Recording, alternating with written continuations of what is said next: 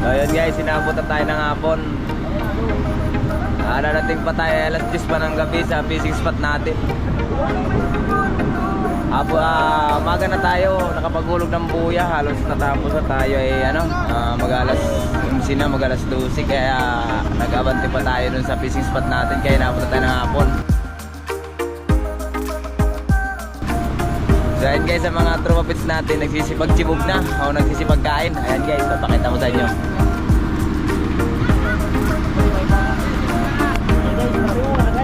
Oh, tumataw yan! Tumataw yan!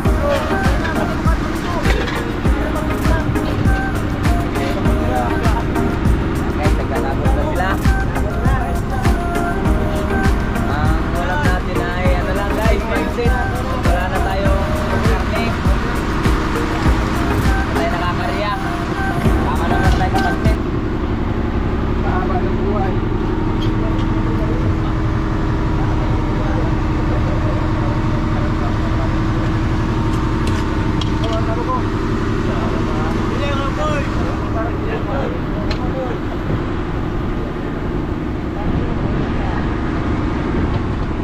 Yung iba guys, nagsasalo-salo na at walang mga dalang plato.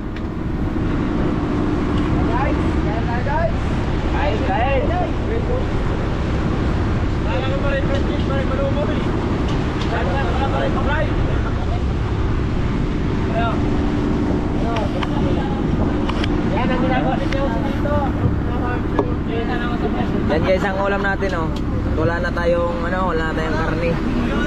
Tama na muna tayo sa pansit at tikyam.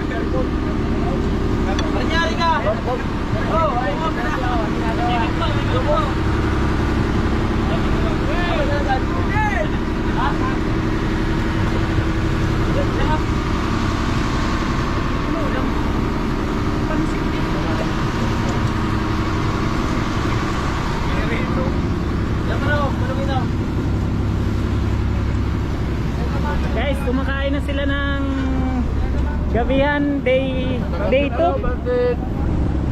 Wala nang ulam, walang isdang huli, kaya pansit na muna. Masarap yan, masarap!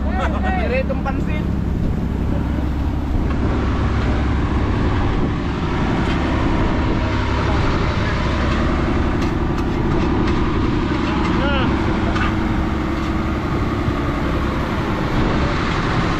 Ayan ang ulam natin oh, pansit. Ayan na rin.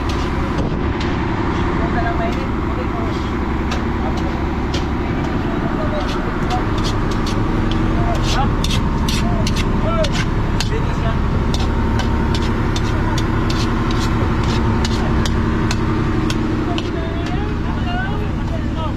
Sarong kawan. Paano ko tayo ni?